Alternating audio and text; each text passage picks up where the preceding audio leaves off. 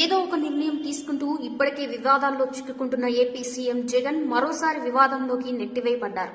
ప్రభుత్వ కార్యాలయాలకు కోట్లు వెచ్చించి వైసీపీ రంగులేయడం వివాదాస్పదమైంది. దీనిని కోర్టులు కూడా తప్పుబట్టాయి. ఈ విషయం అందరికీ తెలిసిందే. చివరకు కార్యాలయాలకు వేసిన రంగులను మార్చేశారు.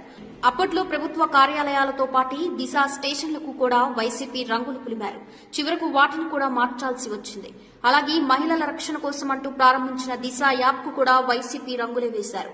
రంగుల విషయంలో ఇంత వివాదం జరిగినప్పటికీ తాజాగా పోలీసు వాహనాలకు మరోసారి వైసీపీ రంగులేశారు.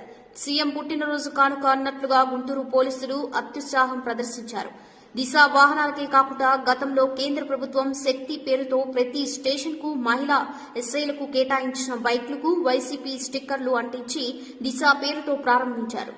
సోమవారం గుంటూరులోని పోలీస్ కార్యాలయంలో అర్బన్ ఎస్పీ అమ్మిరెడ్డి ఈ వాహనాలను జెండా ఊపి అట్టహాసంగా ప్రారంభించారు.